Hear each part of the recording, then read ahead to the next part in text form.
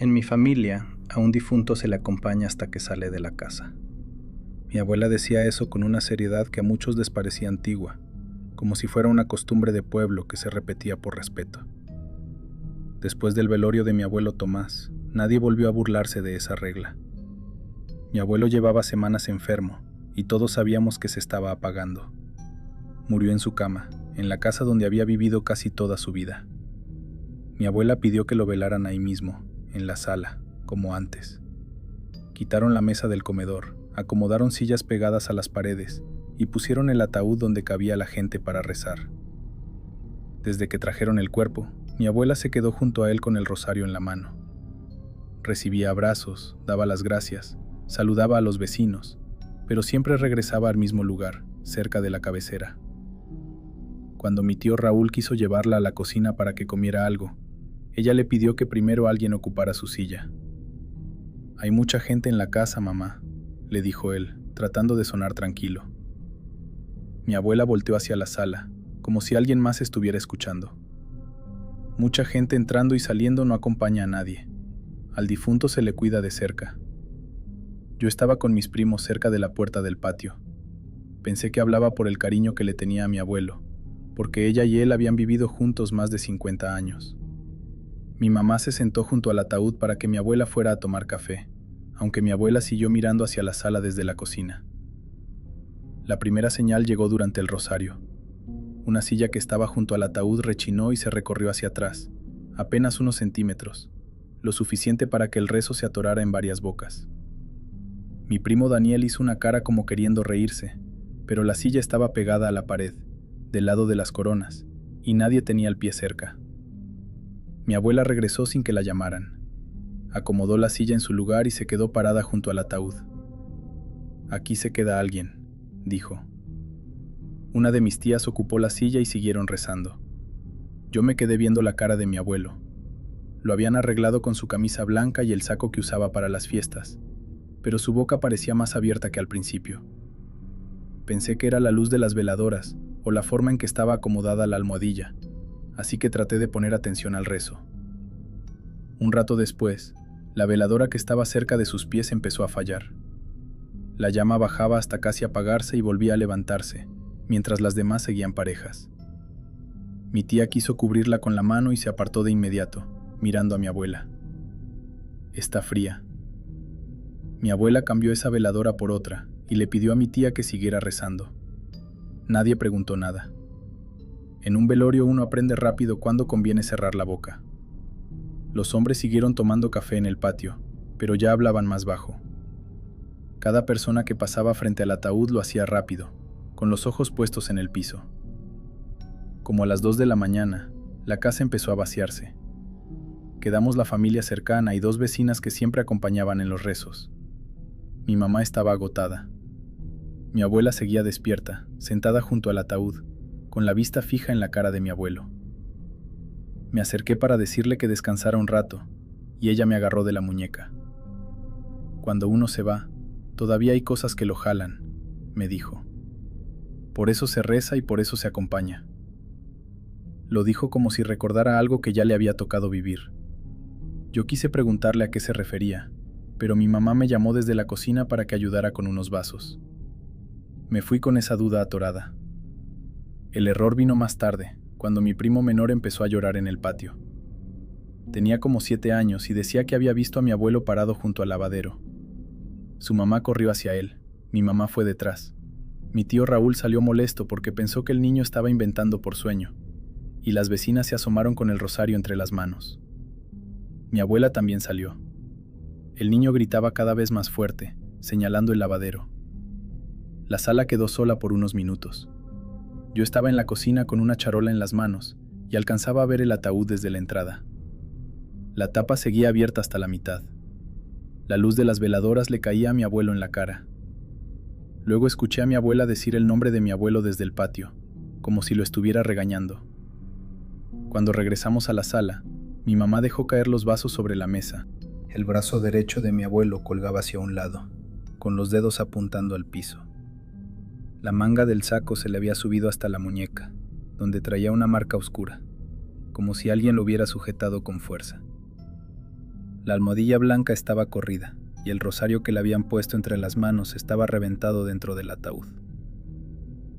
Mi abuela llegó detrás de nosotros y se tapó la boca con el rebozo. Mi tío Raúl quiso acercarse para acomodarlo, pero ella lo detuvo antes de que tocara el ataúd. Primero reza. Mi tío se quedó con las manos levantadas, sin saber qué hacer. Mi mamá empezó a llorar en silencio. Una de las vecinas se arrodilló junto a la pared y comenzó el Padre Nuestro con una voz que apenas le salía. Yo estaba en la entrada de la cocina, mirando esa mano colgada, sintiendo que todavía pesaba con intención. Mi abuela se acercó al ataúd y rezó con una calma que nos dejó peor. Su atención estaba puesta en la esquina de la sala, donde había una silla vacía. Después señaló el piso con el rosario. Debajo del ataúd había una marca larga en la madera. Iba desde una de las patas hacia la pared, como si algo hubiera empujado el ataúd desde adentro y lo hubiera movido apenas un poco. Mi tío murmuró que tal vez al acomodarlo se había jalado, pero mi abuela ni siquiera lo miró. Se agachó con trabajo, pasó los dedos por la marca y empezó a rezar más fuerte. Todavía me cuesta contar esta parte porque la gente piensa que uno adorna las cosas con los años. Yo sé lo que vi y sé lo que escuché. Mientras mi abuela rezaba, del cuerpo de mi abuelo salió un sonido atorado en la garganta, como cuando alguien intenta pasar saliva después de mucho tiempo sin hablar. La vecina que estaba arrodillada se levantó llorando y se fue al patio. Mi tío Raúl retrocedió hasta pegarse con la pared. Mi abuela se inclinó sobre el ataúd y le acomodó el brazo sin dejar de rezar. Lo hizo con cuidado, como si tocarlo le doliera y al mismo tiempo tuviera que protegerlo. Luego le pasó los dedos por los párpados, aunque yo habría jurado que mi abuelo ya tenía los ojos cerrados desde que lo trajeron. Después de eso, nadie volvió a separarse de él.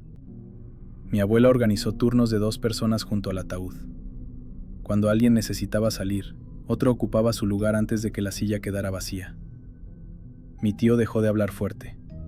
Mi primo Daniel, el que había querido burlarse al principio, se quedó junto a mi mamá el resto de la madrugada, con la vista clavada en el piso.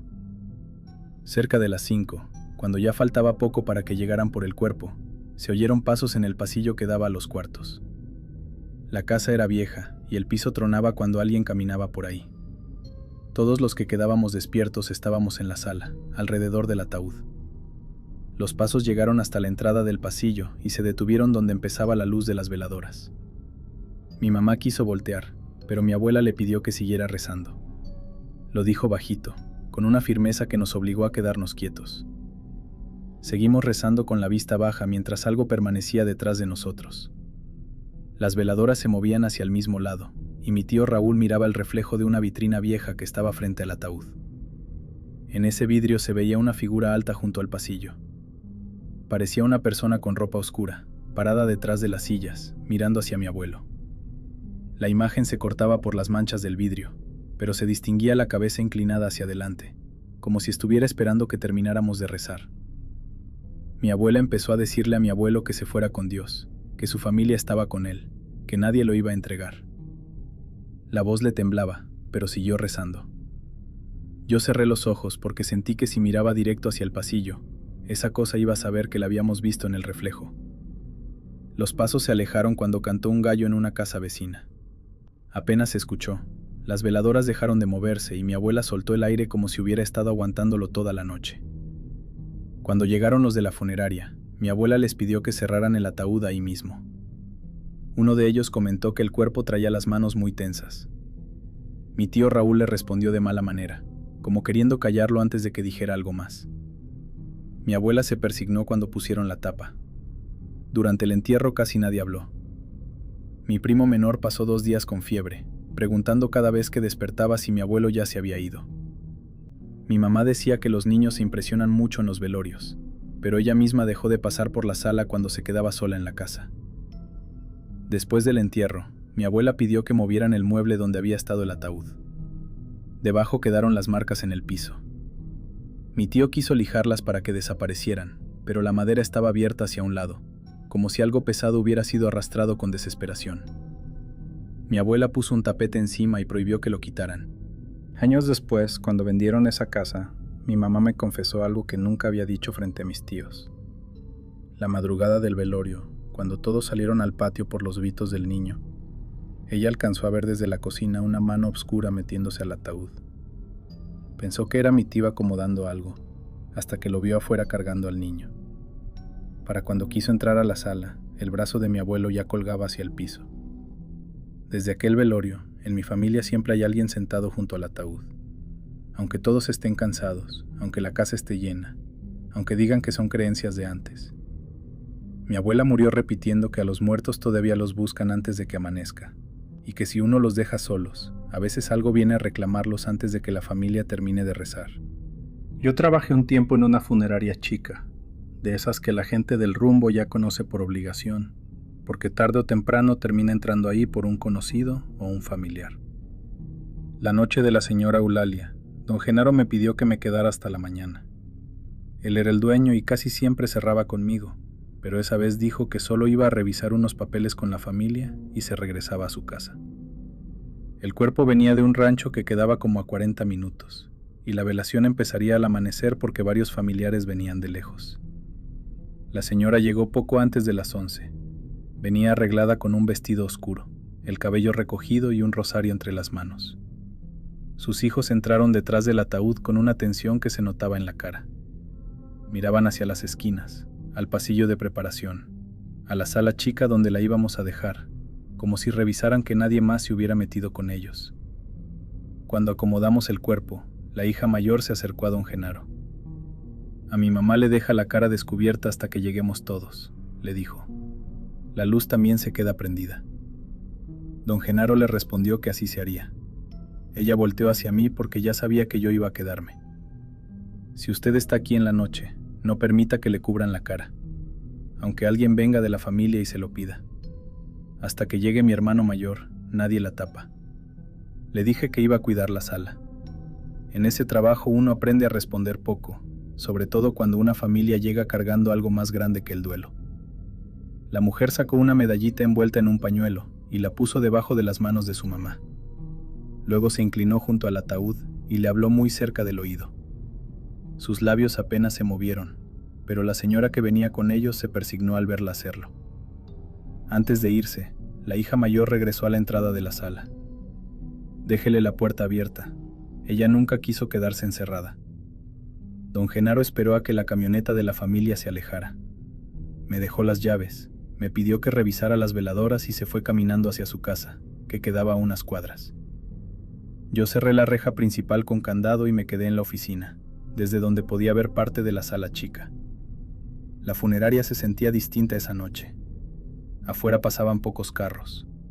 Adentro se oía el zumbido de los refrigeradores y el crujido leve de las coronas acomodándose por el peso de las flores. La puerta de la sala quedó abierta como pidieron, y cada vez que levantaba la vista desde el escritorio alcanzaba a ver el ataúd. Habían pasado pocos minutos cuando tocaron la puerta de la sala chica. Fueron 3 toques pausados, con espacio entre uno y otro. Pensé que la familia había regresado por algo. Fui al recibidor, miré por el vidrio de la entrada y la calle estaba vacía. La reja seguía cerrada con candado. Regresé a la oficina. Los toques sonaron otra vez, ahora desde la puerta que conectaba la sala chica con el pasillo de preparación. Caminé hasta allá con las llaves en la mano. La señora Eulalia seguía igual, con la cara descubierta y las manos sobre el pecho. Abrí la puerta del pasillo, prendí la luz y revisé rápido. La mesa de preparación, el lavabo y las bases para coronas estaban como siempre. Cerré otra vez y volví a la sala. Una veladora junto al ataúd se había apagado. La prendí de nuevo y me quedé unos segundos mirando a la señora. Había algo pesado en su expresión, una tensión en la boca que daba la impresión de que le costaba descansar. Yo había visto muchos cuerpos, pero esa mujer parecía estar atenta a la funeraria, como si oyera desde donde estaba acostada. Me acordé de la advertencia de su hija y dejé la puerta abierta.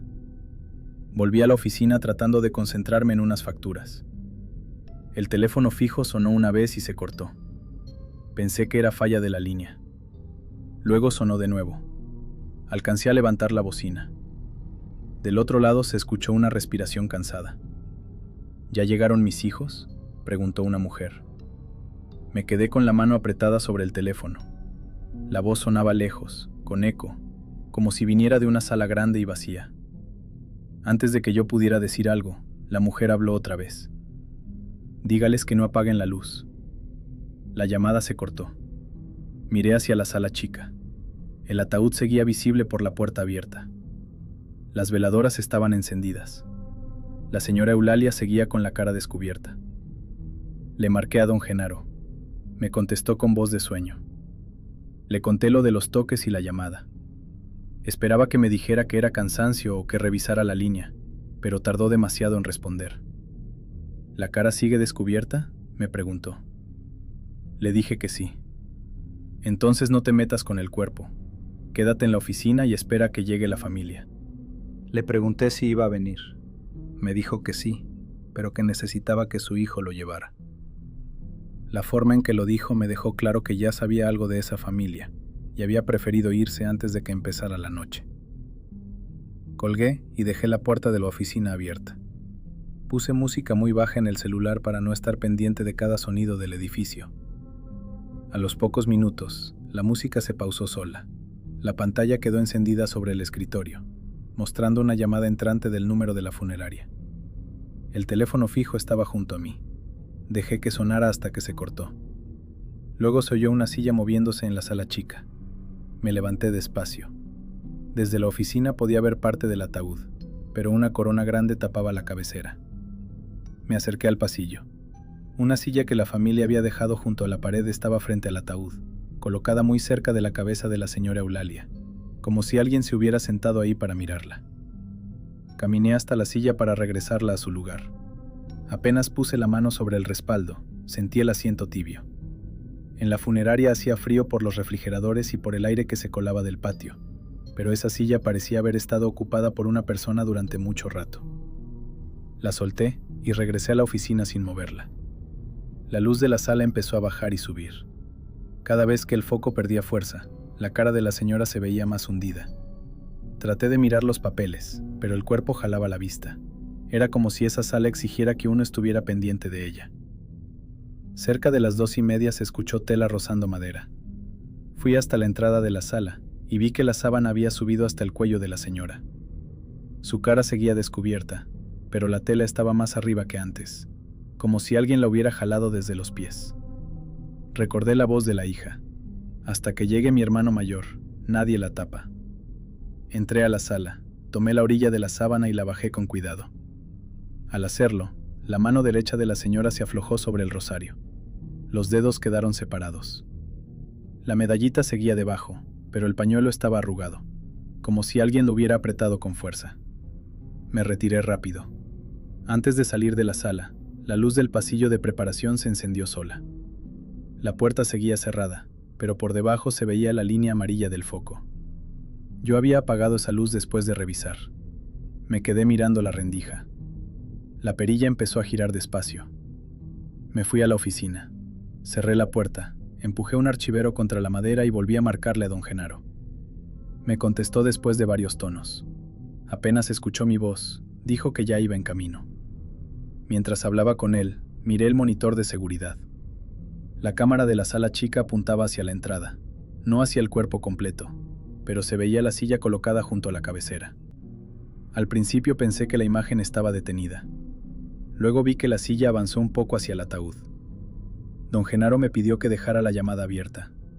Yo escuchaba su respiración y el motor del carro al otro lado del teléfono. Desde la oficina, la sala parecía quieta. En el monitor, la silla seguía moviéndose de a poco. La imagen empezó a llenarse de interferencia, pero la sala todavía se alcanzaba a distinguir. Entre las líneas borrosas apareció una sombra al lado de la señora Eulalia. Estaba inclinada sobre ella, con los brazos metidos en el ataúd. Don Genaro decía mi nombre por el teléfono. Yo ya estaba viendo hacia la puerta de la oficina.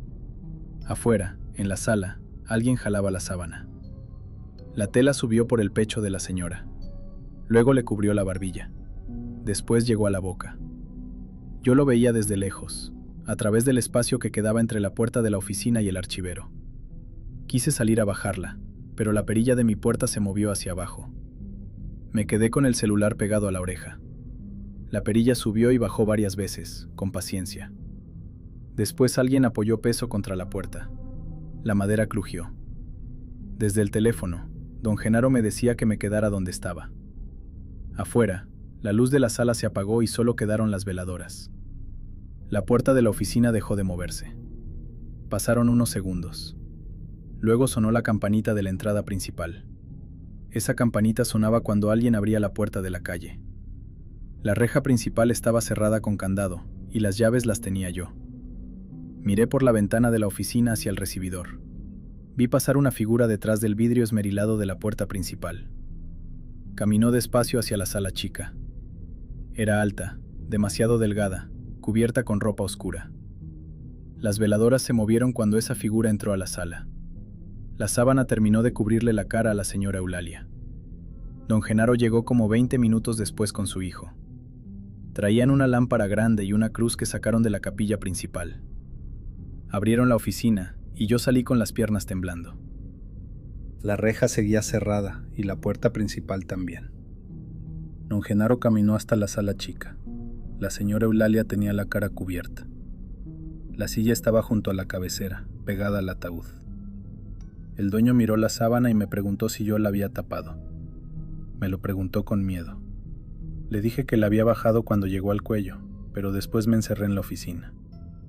Don Genaro cerró los ojos y le pidió a su hijo que llamara a la familia. La hija mayor llegó antes de las 4. Venía con 2 hermanos y una señora mayor cubierta con un rebozo negro. Entraron sin saludar. La hija fue directo al ataúd y se detuvo al ver la sábana sobre la cara de su mamá. Le temblaba la boca, pero aguantó el llanto. ¿Quién permitió que la taparan?, preguntó. Don Genaro trató de explicar, pero la señora del rebozo lo interrumpió. Se acercó al ataúd y puso una mano sobre la tela, justo donde quedaba la boca de la difunta. Empezó a rezar con palabras que yo jamás había escuchado en una funeraria. Los hijos se colocaron alrededor del ataúd, cada uno con una veladora. Nadie me acusó, pero todos me miraban como si yo hubiera dejado pasar a alguien. La hija mayor retiró la sábana de la cara de su mamá. La señora Eulalia tenía los ojos abiertos.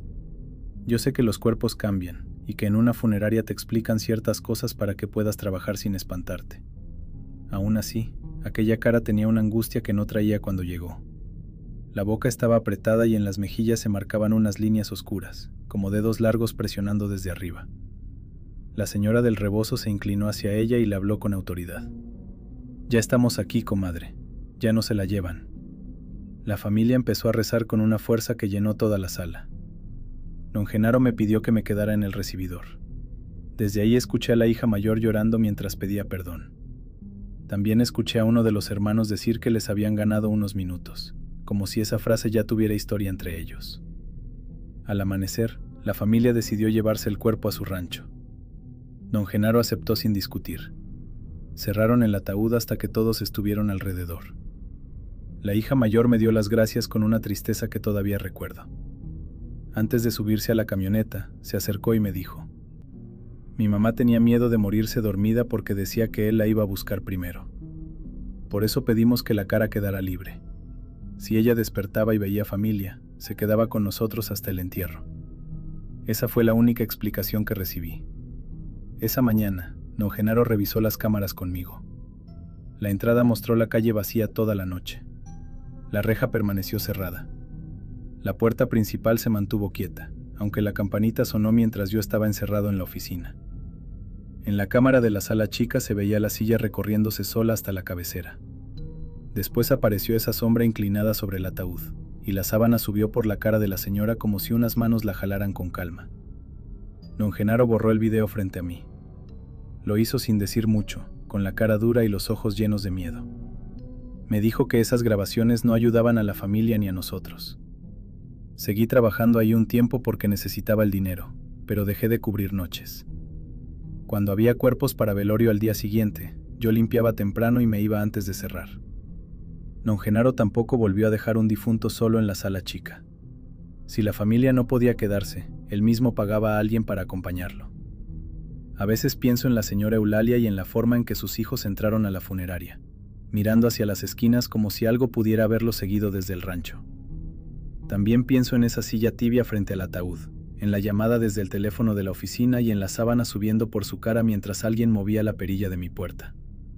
Desde aquella noche entendí que algunas familias no dejan instrucciones por tradición. Las dejan porque conocen al muerto, conocen a quien viene detrás, y saben que hay difuntos que no deben despertar solos en una funeraria.